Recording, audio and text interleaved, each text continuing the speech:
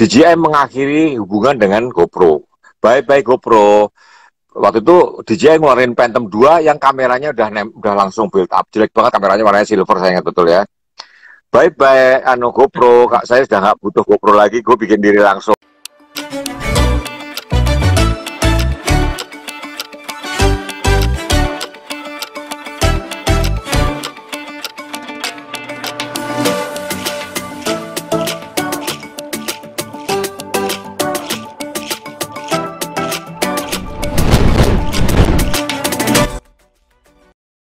Assalamualaikum warahmatullahi wabarakatuh. Salam sejahtera buat teman-teman semua. Senang rasanya bisa kembali hadir di Obras Jumat malam bersama Bang Arbain tentunya ya, malam Jumat ini ya. Seperti saya bilang, turut mengundang Kang Bakpao, Kang Somai, Gijol gitu kan, Ipa. Semoga mereka aman-aman aja. Malam ini kita mau ngobrolin soal drone dan dunia jurnalistik ya Bang ya, drone dan foto jurnalistik gitu. Nah seperti biasa teman-teman juga bisa bertanya mengenai hal tersebut, juga hal-hal lain di luar tersebut, tapi masih dalam lingkup travel dan fotografi gitu. Dan seperti biasa juga teman-teman harus siap digas, ya Bang. Siapa yang larang? Ya. Ya, Siapa jadi, yang larang? kalau teman-teman baru bergabung di acara Obras ini, nanti kalau pas dijawab agak itu jangan langsung ngambek ya. Jangan langsung kan ada juga digas sama banget kaget gitu kan. Kita cuman hanya gitu doang kok ya. Wah, ini Charles Saswinanto. Orang Korea tuh. Dari Korea tuh. Ini dari Korea. Yang di Lun datang nggak nih? Anti pedes. Oke. Jadi temanya sudah saya sampaikan seperti tadi. Kita langsung aja deh Bang Arbain ngobrol ya. Ini pertanyaannya Mbak Asi, jangan langsung kayak gitu dong. Tanya jangan kayak gitu tuh. Itu saat foto berkabut, tadi ada tanya tips saat foto berkabut ya. Gini, kabut itu secara visual menghalangi pandangan kita. Dalam kamera normal, kabut itu juga seperti mata kita melihat. Kalau mau nembus kabut pakai fotografi infrared ya, itu salah satu kuncinya. Saya pernah ngangkat infrared kan. Iya. Belum juga dimulai udah main jawab pertanyaan aja. Ini hostnya. Itu. Sabar dong. Iya. Jangan baca-baca aja. Iya. Terus enggak telat baru mulai. Ya udah, ayo silakan dengan narasumber kita Bapak Arbain Rabi. Silakan Bang. Belum mulai aja udah jawab, baca sendiri, jawab sendiri. Ya. Halo Mas Eri. Proaktif. Oke. Selamat malam semua. Assalamualaikum warahmatullahi wabarakatuh. Jadi materi ini pernah saya bawakan tahun 2016 ya, dalam sebuah seminar internasional di UMN. Seminar waktu itu pakai bahasa Inggris internasional ya. Ada beberapa dari kampus-kampus luar negeri datang ya. Waktu itu saya terus terang belum terlalu aktif main drone. Saya punya drone, masih Phantom 2 itu. Saya tapi nggak terlalu gila karena Phantom 2 itu membuat saya nggak begitu tertarik untuk naikin lagi ya. Beda dengan setelah Phantom 3 setelah Mavic keluar ya. Mavic pertama itu memang racun dunia banget ya. Itu lompatan yang dibuat oleh DJI luar biasa. Saya sebelumnya pakai Parrot juga tahun 2012. Masih ada saya rawat ya, itu lebih nggak ada, jadi nggak bisa berhenti, dah harus jalan terus. Jadi berhenti aja muter-muter itu karena belum nyangkul GPS ya. Nah, lalu kompas diri dari EDSB itu 2012 pakai Parrot yang manasin saya itu, kami beli Parrot. EDSB sudah mulai membuat ditempelin GoPro 1 waktu itu ya. Berarti Parrot udah lama dong ya Bang? Parrot 2010 udah ada. Tapi jadi jadinya ya pemasaran dan lain-lain. Ya Parrot itu kameranya 360 bukan 720, cuma 360 kameranya ya, dan langsung direkam ke handphone, jadi nggak ada penyimpanannya di Parrotnya. EDSB pertama kali beli lah, terus dia bikin tempelan buat naruh GoPro 1 dulu. Saya ikut beli GoPro 1 itu nempel di Parrot, terbang di Kompas Gramedia, macam-macam. Jadi waktu itu tapi belum ada fotonya dimuat ya. Jadi terus terang EDSB itu sangat inovatif orangnya ya. Pertama kali pakai drone slider, dia pertama kali bikin diri dari tahun berapa tuh, 2005 2006 dia udah kepikiran bikin slider ya. Bang, orangnya nggak ada kan? orangnya lagi Biasanya kaya ada kan. tuh. Enggak, Biasanya saking kreatifnya, nyelempeng-nyelempeng langsung. tas kumel Bang Arba ini mau dibeli ya, saking kreatifnya kan. Iya. Orangnya nggak ada, nggak apa-apa kita omongin. Time lapse juga dia motor time lapse pertama Kompas juga ya. Jadi ada itu luar biasa. Nah, 2016 itu drone mulai marak, dan 2016 itu Kompas sudah beberapa kali memakai fotonya untuk Kompas ya. Jadi saya mulai itu langsung.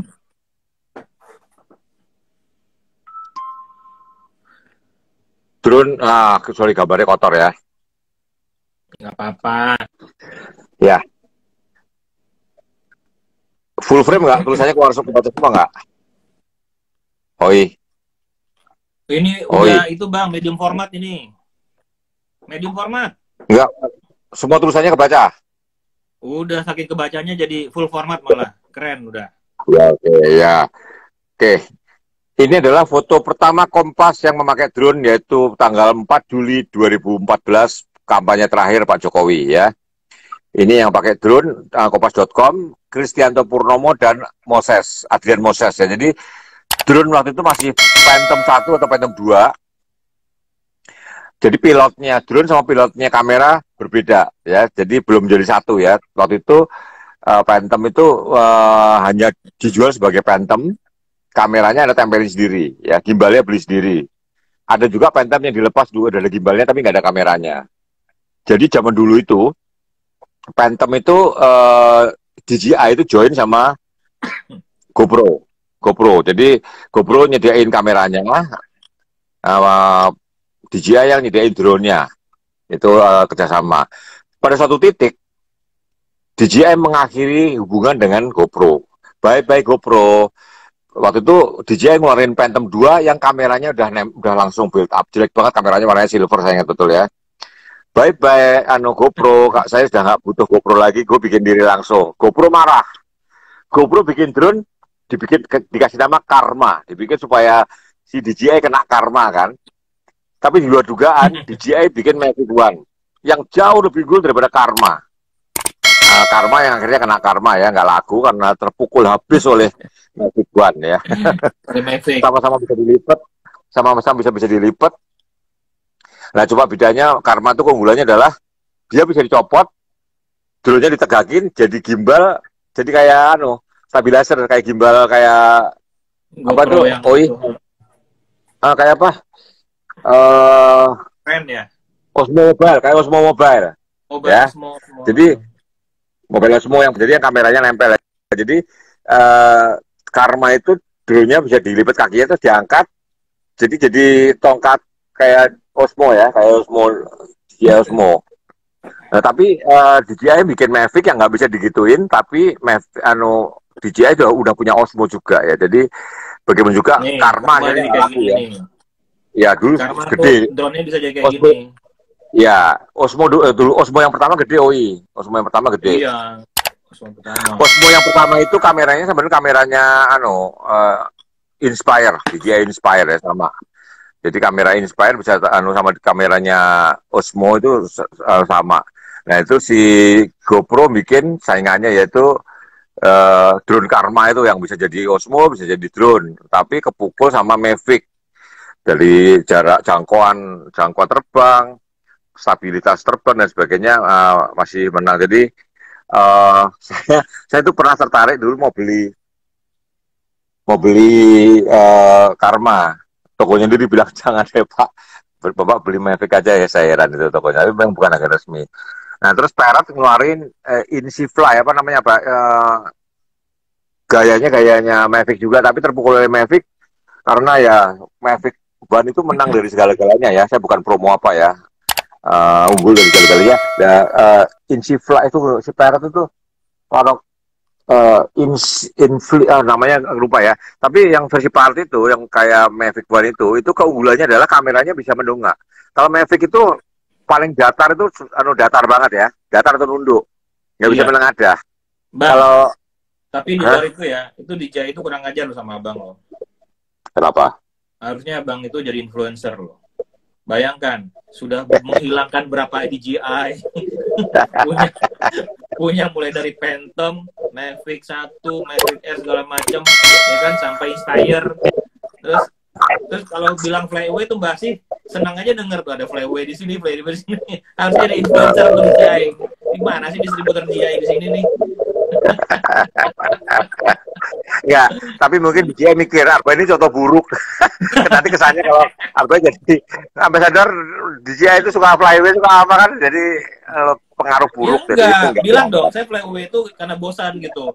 Ini ada udah Mavic 2, Mavic 2-nya di flyaway kan gitu. Atau tabrakin pohon ke kemarin itu di Martapura. Up sampai jadi ambasador, yes, harusnya begitu. Nggak tahu nih orang DJI mana sih. Mereka nggak punya distributor sendiri di sini ya. Kompas error kata Om Janto. Setuju kan, Bang Arbain jadi ambasadornya DJI kan? Ya, jadi aku tuh waktu di Iceland itu drone-ku flyaway bulan Maret 2020, terus beli punya Pak Kasun ya. Itu bukan beli karena terpaksa ya, jadi rugi harga drone, enggak loh. Akhirnya drone-nya Pak Kasun itu memberi saya penghasilan yang beberapa kali lipat dari harga drone itu sendiri. Jadi begitu saya pulang Indonesia, ada juga beberapa pakai drone saya yang lain itu nggak ada yang hidup loh. Yang pembahasnya ngaco, yang apa ngaco. Akhirnya drone-nya Pak Kasun itu yang memberi saya nafkah banyak gitu. Jadi saya bersyukur di Iceland memutuskan beli punya Pak Kasun. Oke, lanjut lah. Jadi ngomong yang enggak pasti kesenangan nanti tuh. Brokernya kan aku. Iya. Beda ya, lupa beda mobil. Pakai radio lagi ngomongnya, Bang. Jadi kan Abang flyaway, mau beli drone nggak sekarang? Kan mahal loh, nggak mau. Ya udah nih yang murah nih punya Pak Kasun. Iya. Ya tadi mobil. Pakai radio loh jalannya. Iya. Kita beda mobil. Iya, beda mobil. Ya. Jadi Ridwan tiba-tiba ngoperin, Bang, OI mau ngomong, dioperin hatinya ngomongin. Aku pikir ini di Reykjavik, gila drone harganya pas. Tapi kan langsung ceria kan, Tadinya manyun, flyaway, nggak punya drone. Dulunya kan burung. Lagunya Fahri Gajah, burung. Setelah flyaway beli baru lagunya Insana. Okay? Udah lanjut. Oke. Lanjut. Nah, kebanyakan nyeleweng. Ini foto terakhir Pak Jokowi, ya, ini yang cukup rame dulu ya. Orang-orang yang anti Jokowi bilang fotonya rekayasa karena di edaran itu ada foto stadion kosong. Saya dikirimin Japri di Twitter ya, Bang, yang bener yang mana nih? Foto-foto itu foto kosong. Dua-duanya bener. Kok bisa? Yang kosong itu jam berapa dulu gitu kan? Jadi orang itu lupa tor waktu ya. Jam 2 siang ya iya tadinya masih kosong loh. Jadi sebuah foto itu bisa bohong tanpa diotak-atik karena memainkan waktu. Jadi kita mau bilang kampanye Jokowi, buat tadi jam 2 siang. Kosong kan? Ini kampanye Jokowi kosong gitu. Ya, foto itu nggak bohong. Nggak direkayasa, tapi waktunya nggak bener gitu loh. Waktunya rekayasa, bukan waktu pas kampanye bener. Jam 4 sore udah penuh banget itu kan. Waktu itu gitu. Oke. Waktu foto ini keluar di HL Kompas. Ya. Keluar di HL Kompas tanggal 5 Juli 2014, beberapa orang mempertanyakan apakah drone itu sah sebagai suatu tool jurnalisme. Karena apa? Karena kamera itu tidak dikendalikan oleh seorang fotografer. Alasan mereka ya, bahwa sebuah foto jurnalistik itu harus dihasilkan, kalau hukum jurnalistik yang lama ya, oleh orang yang menekan tombol kameranya. Itu jurnalistik ya. Nah, soal menekan itu juga masih bisa kita pertanyakan. Dalam dunia fotografi umum, enggak yang menekan. Ada mau selfie ya, terus Anda taruh di tripod, itu karya Anda kan? Yang nekan bukan Anda loh, padahal yang nekan kamera itu sendiri kan, pakai otomatis. Sama, Mas, ada orang lewat, dipotretin. Itu karya orang lewat, bukan tuh karya Anda juga, karena Anda yang punya inisiatif foto itu dibikin. Orang itu hanya menekan tombol, itu kan. Yang milih background Anda, yang milih pose Anda, gitu loh. Orang itu hanya menggantikan fungsi otomatisnya kamera. Itu jadi dalam dunia umum, bukan yang menekan tombol itu yang pemilik hak cipta, tidak selalu ya. Yang pemilik hak cipta adalah yang merancang ya, dan membuat ya. Ya. Masalahnya di hukum jurnalistik kuno, termasuk waktu saya belajar atas membeli Kompas, adalah sebuah foto jurnalistik itu adalah karya orang yang menekan tombol. Karena zaman dulu ya wartawan harus menekan tombol itu kan. Ya, belum model sama itu juga dulu karena kasus yang monyet yang menang di pengadilan ya. Itu kan monyetnya itu dibilang monyetnya karyanya enggak, itu kayak fotografernya monyetnya nggak ngerti apa-apa, nggak nyiapin kameranya, nggak setting otomatis sehingga bisa pas segala. bukan karya monyet itu yang pengacaranya pakai teori lama, sementara realitasnya tidak begitu ya. Oke, lanjut ya. Jadi ini foto dimasalahkan nah di drone itu menurut saya itu tetap karya yang motret. Di sini kreditnya dua. Adrian Moses sama Kristianto Purnomo. Jadi satunya pilot drone, satunya pilot kamera. Dulu ya masih dua ya. Dulu ngomong dua karena memang dulu kameranya masih terpisah. GoPro-nya pakai remote, pakai antena sendiri supaya kuat sinyalnya. Terus jadi ada dua, saya masih punya tuh Phantom 2-nya kamera saya tunjukin ya. Dua antena, satu antena buat drone, satu antena buat kamera. Beli terpisah ya, mahal juga tuh 1 jutaan loh. Bang, masih simpan itu. Jadi itu keren-kerenan loh Bang. Kayak pilot drone tempurnya Amerika yang dalam kubah-kubah itu kan ada pilot sama kopilot. Iya. Ya. Emang. Cuma itu tuh. Iya, ya itu kalau drone-drone tempur itu juga yang pilot yang terbangin sama pilot yang nembakin kan matanya beda kan, nggak bisa jadi satu gitu loh. Ini Solo TV-nya mati. Oke, next.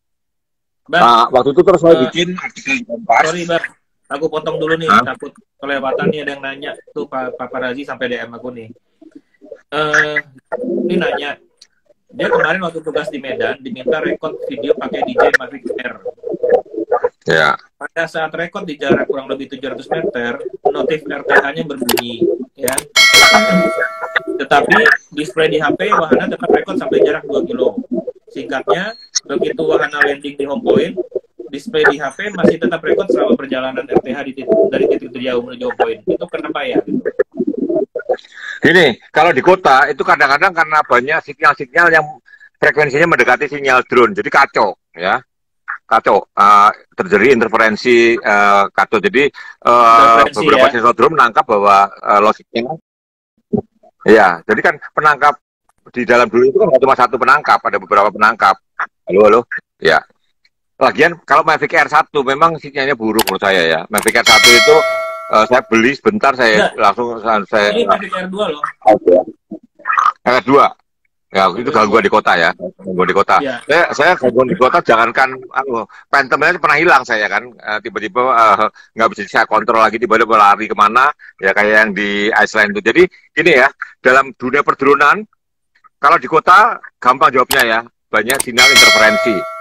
Nah, saya di Iceland itu, jawabannya saya tidak tahu. Beberapa orang drone pun, nggak mungkin lu pasti gini-gini. Itu main drone, waktu saya terbang di Iceland itu saya udah terbang ke 1.700 kalinya ya. Jadi saya mau dibilang newbie, saya protes ya. Waktu flyway itu terbang ke 1.700 kali saya waktu di Iceland itu ya. Jadi di GoFor saya flight yang ke 1.700 sekian itu saya ingat. Jadi kalau di kota ya simple. Kayak beberapa teman yang naikin di daerah Kuningan Jakarta, dulunya ketarik ke kedutaan Australia. Kayak saya nerbangin di Mandiri Inkubator di Blok M, lari ke Mabes Polri, ya, simple. Bian Harnasa saksinya tuh. Di dekat Mabes Polri itu sembarangan saya naikin drone kan, langsung drone-nya lari ke Mabes Polri ya. Untung masih bisa saya tarik balik itu. Jadi kapan saya ceritain carinya ya. Tapi ini adalah beberapa daerah yang butuh safety, ya jangan main-main. Dulu saya naikin waktu saya masih nakal ya. Saya di mana-mana saya berusaha naikin. Ya. Sekarang saya setelah ya hati saya salah. Sorry, aku potong nih. Itu dari kata Pak Razi, dia gunakan R2S-nya itu di kebun sawit, justru katanya. Nah gini, saya cerita ya, tahun 2000, waktu saya kepala biro Medan, di Medan itu, begitu keluar Medan dikit udah nggak ada sinyal. Kecuali di kebun sawit sinyalnya XL, ya. Jadi di kebun sawit itu banyak, XL-nya sinyal XL full. Jadi saya keluar dari Medan dikit, Tanjung Morawa keluar, sinyalnya tiba-tiba kalau yang XL saya full. Telkomsel 0 tahun 2000 ya. Jadi ada banyak repeater XL di perkebunan sawit karena kayaknya bos-bos sawit pakainya XL. FYI, sinyal Wi-Fi itu sama dengan sinyal remote drone. Ya, saya pernah terbangin drone indoor, sinyal Wi-Fi-nya ngacoin penerbangan drone saya. Saya mau memotret sebuah market itu, market gede, hanya mungkin pakai drone ya, karena saya nggak mungkin naik langit di atas marketnya. Dan drone saya lari ke jendela kaca, ke dekat sebuah router Wi-Fi, nabrak, jedor, dan jatuh ya. Balik-baliknya aja yang patah. Jadi intinya adalah, saya yakin kalau di kebun sawit itu Anda terinterferensi dengan sinyal-sinyal Telkom gitu ya. Mungkin sinyalnya Wi-Fi mungkin ya, repeater router ya. Itu kalau saya punya Phantom 4, itu saya oprek pakai penguat sinyal ya, penguat sinyal. Nah, begitu HP-nya itu Wi-Fi-nya hidup, saya diminta mematikan karena mengacaukan. Jadi saya yakin bahwa sinyal Wi-Fi itu sama dengan berdekatan sekali dengan sinyal remote-nya drone. Saya ingat di Phantom 4 saya kasusnya. Kalau handphone saya Wi-Fi-nya hidup, itu dia akan bilang kacau, mengacaukan. Tolong matikan Wi-Fi-nya. Saya yakin kalau di kebun sawit itu karena sinyal Wi-Fi, sinyal dari router. Kurang lebih gitu kali ya. Saya belum tentu benar ya, tapi itu juga dari pengalaman yang saya rasakan. Dalam drone Anda harus ingat banyak hal yang tidak terdokumentasikan dan tidak tersolusikan. Saya di kumpul-kumpulan klub drone itu banyak hal-hal yang kok bisa ya gitu. Yang di Iceland itu saya belum nggak pikir. Tanya Ferry itu, tiba-tiba drone itu liar. Jadi layarnya abu-abu, tapi di Mavic One kan di remote-nya masih ada keterangan jarak berapa, ketinggian berapa kan. Itu saya berkontrol sama itu, di layar udah abu-abu. Saya pulangkan ke arah pulang, terus kira-kira 70 meter dari saya, Ferry nunjuk, bang itu bang, kelihatan dulunya. Nah, saya mau dekatan, saya mau landingkan, saya nyesel nggak saya keraskan ke salju. Kalau saya keraskan salju, paling nggak itu saya selamat dapat baterainya, sampai dapat memorinya kan. Saya nggak mau keraskan dulu ketinggian sekitar 2 meter dari tanah tuh. Kalau saya keraskan jatuh ke bawah, malah selamat. Tiba-tiba drone itu berbalik arah, dan remote saya udah nggak dipedulikan lagi, dan lari kencang sekali menjauhi saya. Itu yang makanya sampai sekarang nggak terjawab oleh saya. Ferry saksinya tuh. Kalau hari kedua, ya itu kita juga agak susah menjawabnya ya. Mungkin ada settingan atau gimana mungkin ya. Mungkin di reset aja dulu. Bisa aja di reset semuanya. Terus emang dari awal untuk nyoba terbang itu diperhatikan lagi apa semua. Biasanya kan ada notifikasi ya bang ya. Ya. Karena itu susah juga kita jawabnya gitu. Coba hari ketiga, apakah hari ketiga masih gitu lagi gitu? Intinya flyaway itu kemungkinannya lebih dari 10 ya. Kita pernah diuji flyaway itu banyak hal. Yang pasti kalau Phantom 3 flyaway karena GPS-nya belum nyantol ya. Saya di Mamasa itu naik. Ya, Phantom 3 itu jelasnya adalah kalau Mavic segala itu kan kalau belum nyantol GPS hanya bisa 5 meter kan. Kalau Phantom 3 itu belum nyantol GPS, Anda mau setinggi apapun bisa. Terus kena angin, ikut angin. Untung saya masih kelihatan begitu dapat GPS saya balikin masih bisa pulang itu. Saya pernah di Sumba, di Sabu, itu saya take off, itu di suatu, jadi hotel saya itu berbentuk U ya, kamar-kamarnya itu membentuk huruf U. Saya di tengah U-nya itu, ada tiang bendera, saya naik di situ, drone saya itu liar sekali tiba-tiba, naik itu tiba-tiba muter sendiri keliling bentur tembok, itu saya ngalamin ya, liarnya saya nggak tahu kenapa, tiba-tiba belum nyantol GPS tapi tiba-tiba liar, putaran mesinnya itu kencang kali menggeram itu, dan bergerak liar. Itu juga sampai sekarang beberapa orang nggak bisa menjelaskan itu kenapa. Nah ini menjawab pertanyaan Papa Razi lagi. Ini kan hari ketiga coba lagi itu tuh cuma bercanda. Maksudnya kita coba terbang lagi dengan kondisi yang mirip-mirip seperti itu. Apakah terjadi lagi gitu? Kalau saya sih emang kadang-kadang sering ngedrone tuh coba lagi ulang gitu kan. Biasanya ada notifikasi yang kita abaikan gitu. Tapi kalau emang hanya dia, kalau kata Mas itu kabar lagi itu dia ngerekod terus, yang mungkin ada yang apa tombol ya, yang tanpa sengaja yang mungkin bisa tertekan atau gimana, banyak kemungkinan sih karena kita nggak bisa ngeliat juga ya bang ya.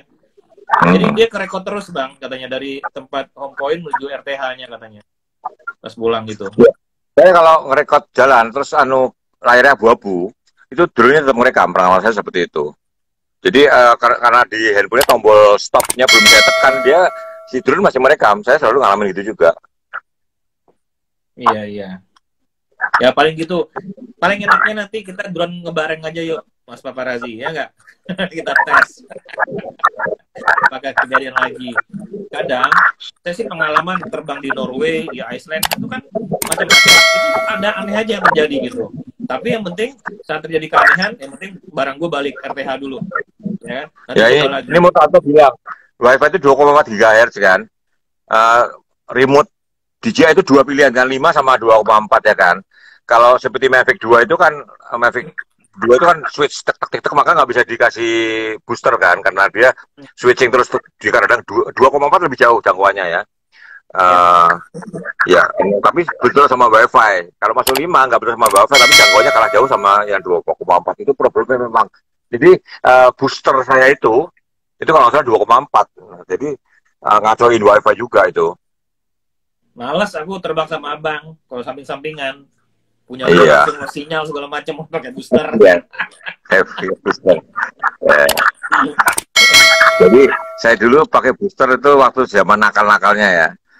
Drone saya oprek-oprek sampai bisa ketinggiannya unlimited itu ternyata OI di Raja Ampat naik sampai masuk awan. Terus karena awan itu dianggap benda padat udah nggak bisa turun, itu kan dia mau turun lihat awan kan, sensor bawahnya membaca benda padat kan, nggak turun, saya mati, ya udahlah hilang. Balik lagi. Tiba-tiba awannya kebuka baru bisa turun. Ya, jadi dulu zaman nakal ya, sekarang saya udah nggak nakal, saya pakai booster hanya sekarang bukan nakal, sekarang sembrono. Ini Santo Suryadi nanya, patokan area mana yang boleh terbangkan drone atau nggak boleh, bagaimana? Ya ikut kursus, ada area G ya, ada ikut kursus, ikut di TNI AU ya, di FASI, ada petanya ya. Tapi yang pasti kalau biar gampang, 5 km dari bandara itu nggak bisa ya, 5 km dari bandara manapun itu nggak bisa ya, itu radius lingkarannya. Tapi area jalur yang searah dengan arah runway, depan atau belakang, itu sampai 20 kilo. Itu namanya KKOP ya, karena pesawat itu bisa take off di jalur itu sampai ketinggian manapun nggak bisa ya. Jadi kalau mau terbang dekat bandara, ini saya kasih contoh ya, yang foto jadi poster ini itu sebenarnya bandara Cibubur itu. Izin khusus hanya boleh terbang sampai ketinggian 30 meter. Ya, terus jadi kalau poster. Mungkin tambahan lagi ya Bang ya, kalau kita misalnya rajin update software, itu juga udah ada, baru hidupin udah ada notif sih, Anda berada di wilayah zona terbang. Ada kesempatan ngegas Itu ada pertanyaan sekarang baru masuk dari Ruwet Kah. Udah lama nggak ngegas kan? Ya. Dari Rutka, Bang, jadi foto jurnalis, misal ada kecelakaan, difoto dulu apa ditolong dulu? Silakan. Ini pertanyaan ke1.034 yang saya terima, pertanyaan yang sama ya. Dan jawabannya adalah yang nanya itu belum pernah jadi wartawan. Kadang-kadang nolong diri sendiri aja nggak bisa, buru-buru nolong orang lain ya. Jadi gini. Ya, terus kecelakaan kayak apa dulu kalau tiba-tiba ada lagi main sepatu roda bareng, mana dia jatuh ya masa dipotret gitu ya. Tolong dulu. Jadi kasusnya nggak bisa general. Tetapi yang intinya adalah nolong dulu atau motret dulu. Jawabannya adalah tidak mungkin dijawab.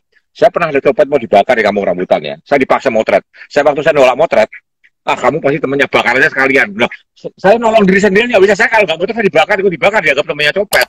Akhirnya saya menggunakan kamera mau motret copet itu dibakar, disiram minyak tanah gitu kan. Untung ada polisi datang dibawa, jadi nggak jadi dibakar ya. Nggak nyaman banget kan lihat orang mati dibakar. Jadi buru-buru nolong dia, saya nolong diri sendiri aja nggak bisa kok. Sama, koordinasi di tim sama. Dia lihat orang dikeroyok, dia mau nolong, dia malah ditembak. Buru-buru nolong diri sendiri aja nggak bisa kok. Jadi yang menanya itu belum pernah jadi wartawan. Dalam situasi nyata, Muhammad Amin itu di Sampit ya, motret orang dibantai di tengah sawah ya. Dia merem, dia nggak tahan. Begitu melek itu sepotong hati orang yang dibuat itu dia suruh makan, bayangin. Buru-buru nolong yang gitu, dia menolak aja nggak bisa kok. Jadi nggak bisa, boro-boro nolong. Tapi kalau kasusnya Anda main sepak bola bareng terus teman Anda nabrak tiang kepala berdarah ya, masa Anda potret ya Anda tolong, ini simpel kan? Ya, Mas Rupka, jangan langsung ngambek loh ya. Ini kita udah biasa ngegas kayak gini ya. Berarti baru pertama ikut obras ini, nggak apa-apa. Kita ini jadi no hard feeling ya, santai-santai aja kok. Itu kalau nggak ada pertanyaan gitu, kita adem-adem aja dari tadi gitu kan. Ini pertanyaan penting nih dari bintang foto nih. Kalau drone jatuh, mana lebih dulu, foto atau selamatkan drone? Jatuh buru-buru ketemu. Boro-boro ketemu. Boro-boro highway aja nggak tahu di mana gitu. Ini tahu kemana? Jatuh itu kalau jatuhin orangnya mati repot. Kompas TV itu jatuhin orangnya nggak apa-apa aja, nuntutnya panjang loh. Phantom 2 tuh jatuhin kepala orang, anaknya kepalanya berdarah, wah bilang jahitan apa lalu kayak kecil ya. Jadi tergantung. Ladung itu hampir mengira aduh gue bisa di penjara hukumannya. Jadi inspire kebayang dulu segede gitu, terbang liar, nabrak tiang listrik, di bawahnya ada cewek lagi buka HP. Inspire jatuh ke bawah, untung di sebelah cewek itu. Kalau jatuhin cewek itu pasti mati. Inspire gede gitu. Langsung masuk penjara bisa. Jadi Gede kasusnya gitu nggak jatuhin kok nyelamatin dulu atau kadang Anda untuk selamat aja syukur udah ketemu aja syukur terus dulunya nggak jatuhin orang udah selamat syukur. Maka saya sekarang lebih senang pakai Mavic Mini ya. Mini itu cuma 250 gram. Jadi kalau jatuh pun nggak ada cuma gram, dia masih kena enteng ya, jadi agak melayang-layang juga. Jadi saya masih lebih tenang kalau pakai Mavic. Dan di kota saya pakai Mavic Mini ya. Saya lagi tergila-gila Mavic Mini. Kecil mungkin nggak ada suaranya, ya jadi terbang 20 meter aja udah nggak kelihatan, ya. Udah nggak kelihatan. Deh. Ini tolong ya Siti Delvi ya, nanya tuh jangan yang sensitif gitu ya. Udah berapa banyak drone yang hilang Om? Tanya kok sensitif gitu sih. Janganlah, bikin meluka hatiku luka. Jangan kan hilang, jatuh hancur banyak. Gue gantung beberapa drone hancur. Setahu aku ya, orang lain itu dia punya drone itu lebih dari 8. Nah, yang sering servis ke aku tuh ke Sapandra lewat aku udah berapa kali tuh ini yang jatuh. Kemarin bukan mau tahu itu nabrak pohon. Dimarahin OI lagi. Kamu nggak semua deh kamu. Insan terbaik depan lagi. gua lagi masuk pohon ditabrak tuh buahnya jatuh.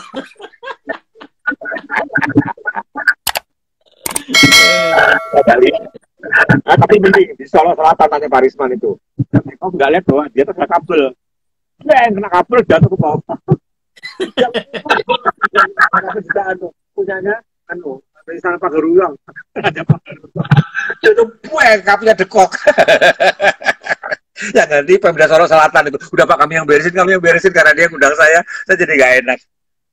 Tiga baru gas mulus dekok atau kapasinya. Kalau drone jatuh di atap rumah orang, kabur atau selamatkan drone.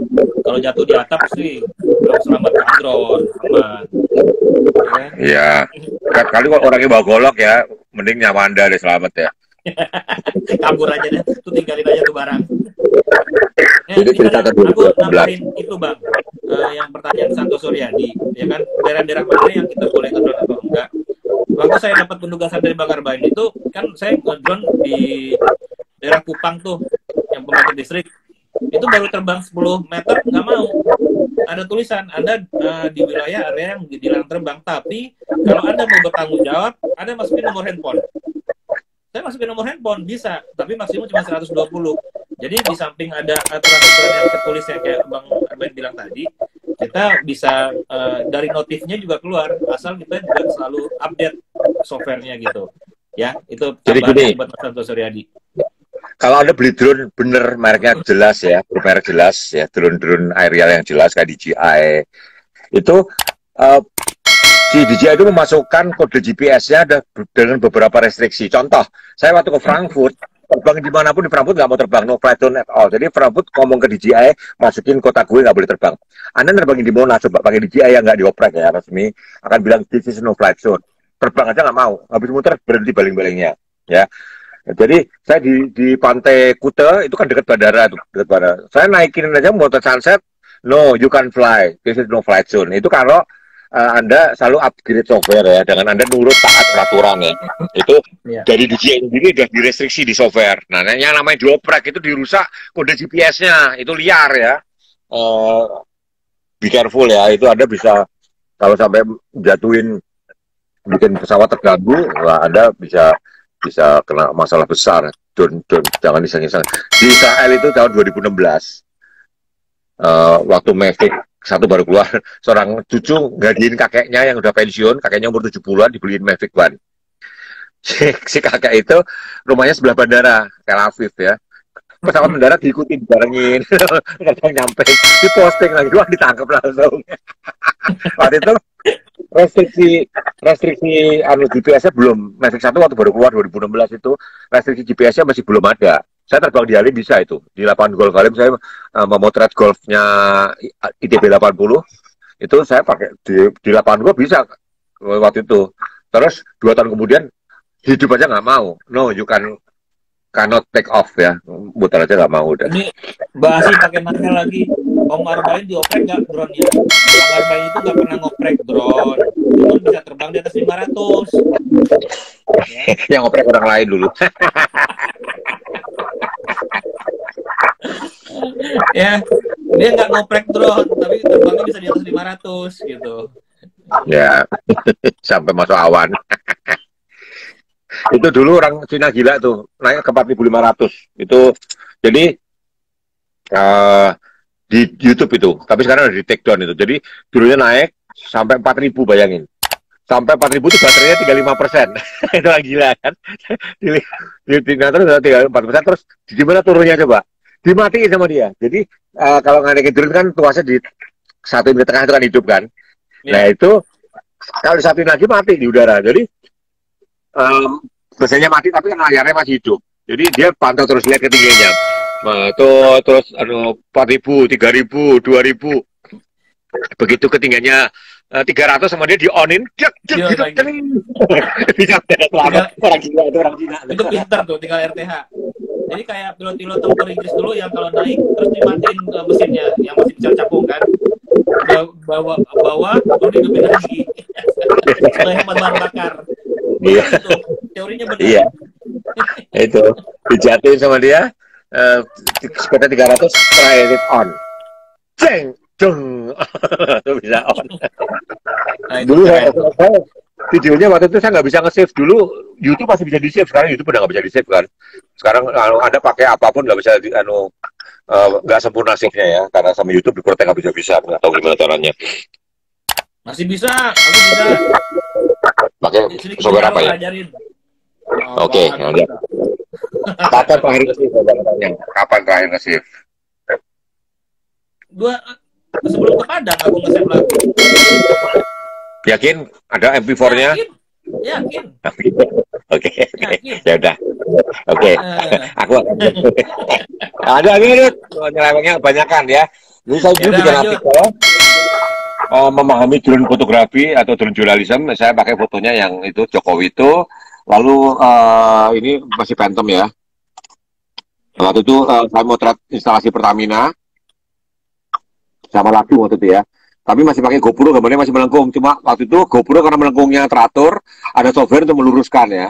Nah, ini GoPro. Ini kami terbang di Sungai Mahakam, kalau salah ya, sungai apa. Ini perkebunan sawit, kami drone waktu itu ya. Jadi, basically, drone itu adalah bird's eye view ya. Oke. Lalu muncul tulisan fenomena drone jurnalisme oleh pengamat jurnalistik Ignatius Haryanto. Mengutip tulisan saya kan. Arbain Nabi itu ya, dikutip ya, tulisan saya tadi. Jadi gayung bersambut ya. Artinya oleh pengamat jurnalistik ini mulai dilegalkan lah dengan beberapa restriksi, beberapa pemikiran-pemikiran yang membuat bahwa drone adalah bagian dari jurnalistik. Dan setelah itu semua fotografer Kompas harus bisa main drone ya. Nah, tapi ini definisi yang dipakai ya oleh militer.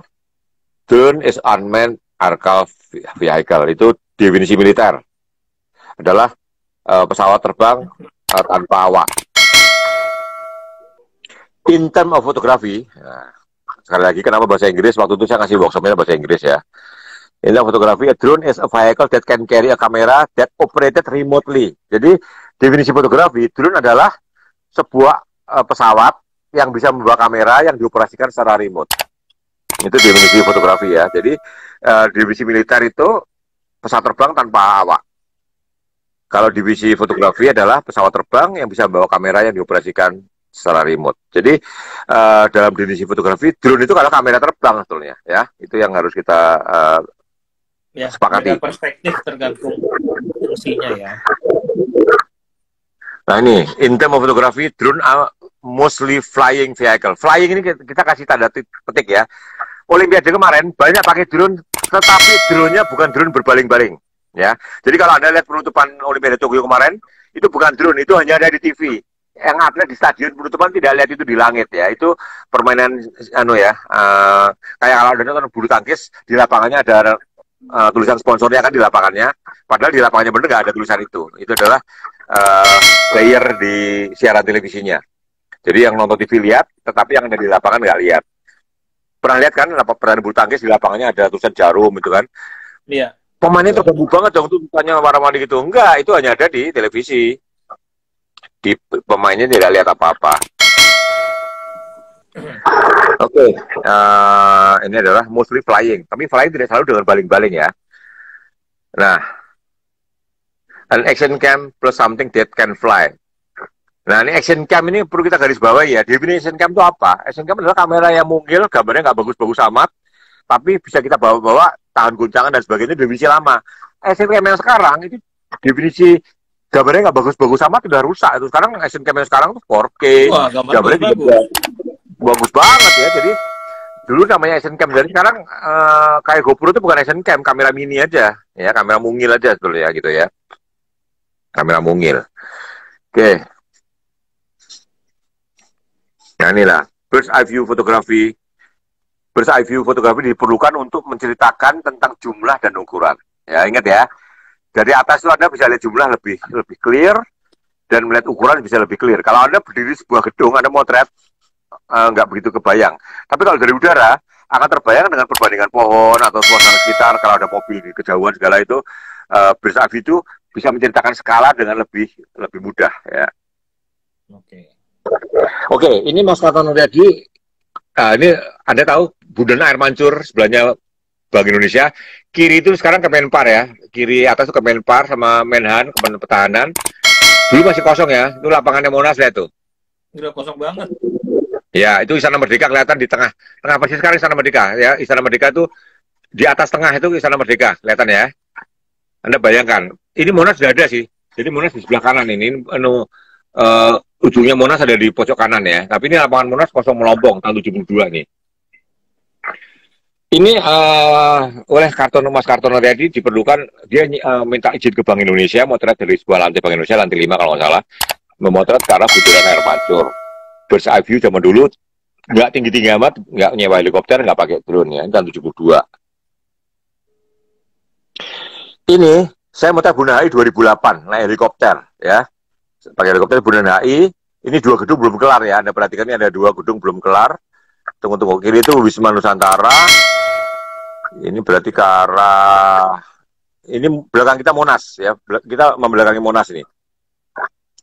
Yang sekarang hotel tinggi banget itu sama The Plaza. Ini dua gedung yang belum jadi di kanan itu, The Plaza sama sebelahnya Hotel Kedawon atau apa ya, itu sekarang hotel mewah sama sebelahnya The Plaza.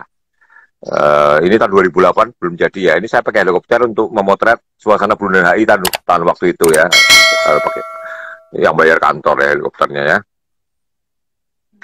Ini saya naik jembatan tol untuk motret banjir di daerah Sunter. Ya, Sunter tahun 2004 ini. Jadi Anda bayangkan kalau saya dari air, moodnya nggak begitu dapat karena 3 beca di belakang itu nggak kena kan. Beda perspektifnya. Kalau dari atas, ini truk sampah yang oranye ini bisa terekam dengan tenda-tenda biru itu kan, dari sana jembatan tol naik Vespa ini. Jalan tol waktu itu motor boleh naik karena udah darurat banget ya. Saya naik Vespa bisa naik di jalan tol. Ini saya pakai helikopter juga, kawasan Kota Tua. Ini stasiun Beos ya, stasiun Kota Jakarta ya. Itu depannya Museum Bank Mandiri. Ini tahun 90-an ya. Itu tamannya masih belum ada underground-nya. Sekarang dari underground-nya ada terminal busway ya, yang depannya antara stasiun sama Museum Bank Mandiri itu. Ini tahun 1995-1996 ya. Sana helikopter, motret Kota Tua itu stasiun kota. Nah, ini istighosah kubronya Nahdlatul Ulama tahun 1996 di Parkir Timur. Waktu itu Parkir Timur masih belum kosong ya. Sekarang ada kotak-kotaknya. Benar-benar buat parkir ya, nggak bisa buat belajar setir lagi ya. Dulu Parkir Timur itu benar-benar buat parkir, gedenya minta ampun, kosong banget. Istighosah kubro Nahdlatul Ulama, saya motretnya dari atapnya Hotel Hilton. Jadi saya minta izin Hotel Hilton, saya naik di atapnya rooftop. Kalau sekarang pakai drone bisa ya. Cuma kawasan Senayan itu no flight zone, harus izin khusus ya Ui ya. Kita pernah urus izin khusus di Senayan. Jadi ini Anda lihat, kalau izin terbang itu namanya notif to airman. Jadi tempat itu mengizinkan kita, terus dia lapor ke otoritas bandara bahwa ada aktivitas drone pada jam sekian, tanggal sekian, sehingga pesawat yang lewat di atas Senayan belok lah, jangan lewat di atas Senayan ya. Saya lihat bener, waktu saya ngajar drone di Kejaksaan di Pasar Minggu, itu notamnya memberitahu jangan lewat di atas Kejaksaan, diklat Kejaksaan di Pasar Minggu. Mereka bilang, Pak, biasanya pesawat Garuda itu dekat kita itu mencong jauh banget itu. Nah, karena memang menghindari ya, no time notice to airplane. Pemberitahuan ke pilotnya membuat jangan terbang di atasnya Dikat Kejaksaan Agung karena ada latihan drone. Walaupun pesawatnya sama drone saya jauh soal bedanya, tapi demi safety pesawatnya akan menghindari untuk lintasannya digeser sedikit lah, itu no time ya.